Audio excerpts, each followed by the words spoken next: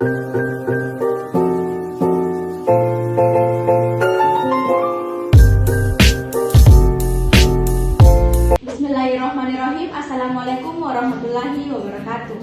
Pertama-tama, marilah kita panjatkan puji syukur atas kehadiran Allah Subhanahu wa Ta'ala yang telah memberikan kesehatan kepada kita semua dan di tempat yang sederhana ini. Baik, perkenalkan, nama saya Aulia Amanda sebagai moderator. Di samping kanan saya, Dwi Wulandari sebagai pemateri pertama. Di sampingnya lagi, Riana pemateri kedua. Dan yang terakhir, Reski Ayu sebagai pemateri terakhir. Langsung saja, kami akan membacakan hasil kerja kelompok kami yang berjudul Manusia, Sains, Teknologi, dan Seni. Untuk mempersingkat waktu, saya persilahkan kepada Dwi Wulandari membacakan materi yang telah ditentukan. Baik, adapun makna manusia, sains, teknologi, dan seni, yaitu manusia. Manusia merupakan makhluk ciptaan Allah Subhanahu wa Ta'ala yang paling sempurna. Karena manusia dibekali akal sekaligus nafsu. Meskipun manusia mempunyai nafsu, tetapi yang paling berperan adalah akal. Akal ini bertujuan untuk membedakan mana yang baik dan mana yang buruk. Akal juga sebagai alat untuk berpikir, berhitung, dan berkreasi, sehingga kerjasama antara keduanya sangat diperlukan dalam kehidupan manusia. Sains. Aristoteles berpandangan bahwa sains pengetahuan merupakan sesuatu yang dapat ditangkap melalui indera. Sedangkan menurut Bacon dan David Hume, pengetahuan diartikan sebagai pengalaman indera dan batin. Tetapi tidak semua ilmu boleh dikatakan sains. Ilmu pengetahuan yang sesungguhnya adalah ilmu yang dapat diuji kebenarannya dan dikembangkan secara bersistem dengan kaidah-kaidah tertentu berdasarkan kebenaran atau kenyataan yang ada, sehingga pengetahuan yang dipedomani tersebut bisa dipercaya melalui percobaan secara teori. Adapun teknologi, dalam kepustakaan, teknologi merupakan berbagai ragam pendapat yang menyatakan teknologi adalah transformasi kebutuhan, perubahan bentuk dari alam. Teknologi adalah kenyataan yang diperoleh dari dunia ide. Secara konvensional mencakup penguasaan dunia fisik dan ideologis, tetapi secara luas juga mencakup teknologi sosial, terutama teknologi sosial pembangunan, sehingga teknologi itu menjadi metode sistematis untuk mencapai tujuan insani. Sedangkan teknologi dalam makna subjektif adalah keseluruhan peralatan dan prosedur yang disempurnakan. Jadi secara umum teknologi adalah keseluruhan sarana untuk menyediakan barang-barang yang diperlukan bagi kelangsungan dan kenyamanan hidup manusia. Adapun seni, menurut Janet Wall, seni adalah produk sosial, sedangkan menurut Kamus Bahasa Indonesia, seni adalah keahlian yang membuat karya yang bermutu. Seni dapat berupa seni rupa, seni musik, dan lain. Menurut bahasa, seni berarti indah, tetapi menurut istilah, seni merupakan suatu manifestasi dan pancaran rasa keindahan, pemikiran, kesenangan yang lahir dari dalam diri seseorang untuk menghasilkan suatu aktiviti. Adapun peranan sains, teknologi, dan seni bagi kehidupan manusia. A. Peran terhadap kebutuhan pokok.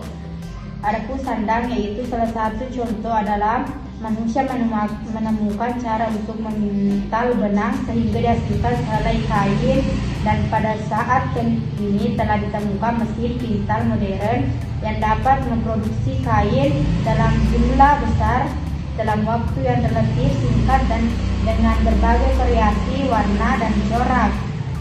Adapun pangan, yaitu di bidang pangan saat ini manusia mampu mendapatkan pangan yang lebih cepat dengan mempersingkat waktu panen. Ditemukan pula pestisida sebagai pembasmi hama penyerang tanaman, sedangkan pada bidang kelautan terdapat alat bernama upwelling yang mendeteksi ikan yang akan ditangkap. Papan, yaitu untuk memenuhi kebutuhan pemukiman saat ini jumpai gedung-gedung bertingkat yang membutuhkan fondasi kuat dari beton untuk mendapat menopang dan menahan berat.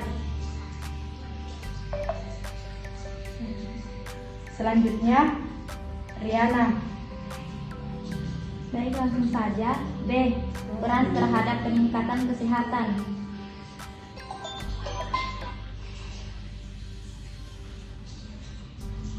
Saat ini ketika ada orang yang organ tubuhnya sudah tidak dapat berfungsi lagi, maka upaya cangkok mata, cangkok hati, cangkok ginjal bukan lagi menjadi hal yang aneh.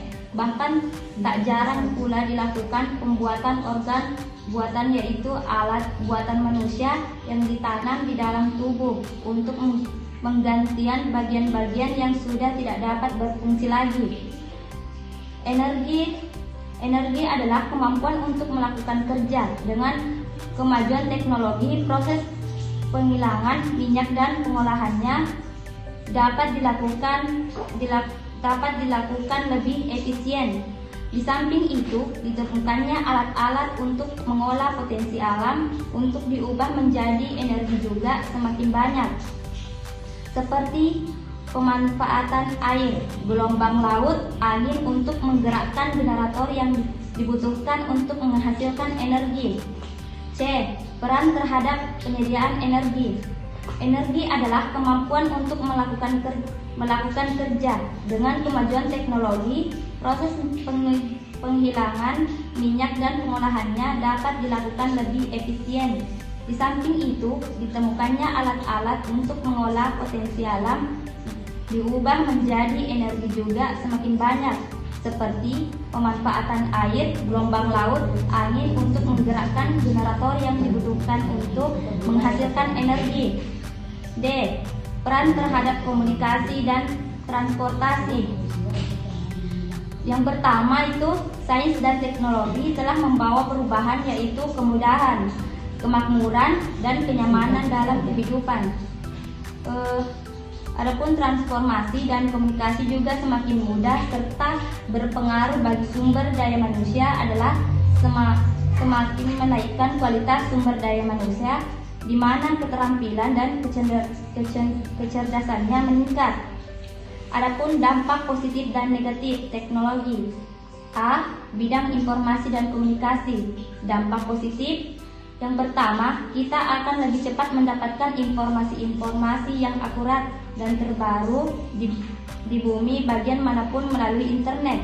Yang kedua, kita dapat berkomunikasi dengan teman maupun keluarga yang sangat jauh hanya dengan melalui handphone. Yang ketiga, kita mendapatkan layanan bank yang dengan sangat mudah dan lain-lain.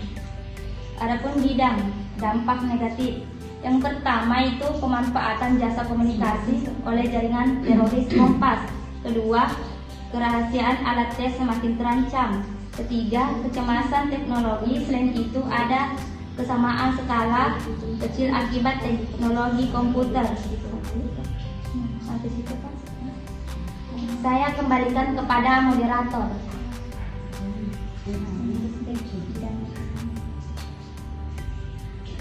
Baik, pematerian terakhir saya persilahkan kepada Reski Ayu. Baik, bagian B, bidang ekonomi dan industri. Dampak positif. Yang pertama, pertumbuhan ekonomi yang semakin tinggi. Kedua, terjadinya industrialisasi. Tiga, produktivitas dunia industri semakin meningkat.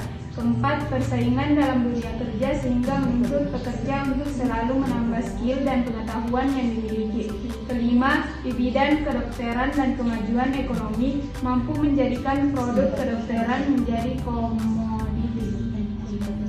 Dampak negatif. Yang pertama, terjadinya pengangguran bagi tenaga kerja yang tidak mempunyai kualitas yang sesuai dengan yang dibutuhkan. Kedua, sifat konsumtif sebagai akibat kompetisi yang ketat pada era globalisasi akan juga melahirkan generasi yang secara moral mengalami kemerosotan. C. Bidang pendidikan. Dampak positif. Yang pertama, munculnya media massa. Yang kedua, munculnya metode-metode pembelajaran yang baru. Ketiga, sistem pembelajaran tidak harus melalui tatap muka. Dampak negatif. Yang pertama, kerahasiaan alat tes semakin terancam. Program tes inteligensi seperti tes Raven, Differential Aptitudes Test dapat diakses melalui compact disk.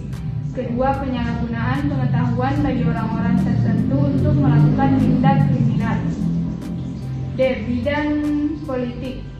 Dampak positif. Yang pertama, timbulnya kelas menengah baru. Pertumbuhan teknologi dan ekonomi di kawasan ini akan mendorong munculnya kelas menengah baru.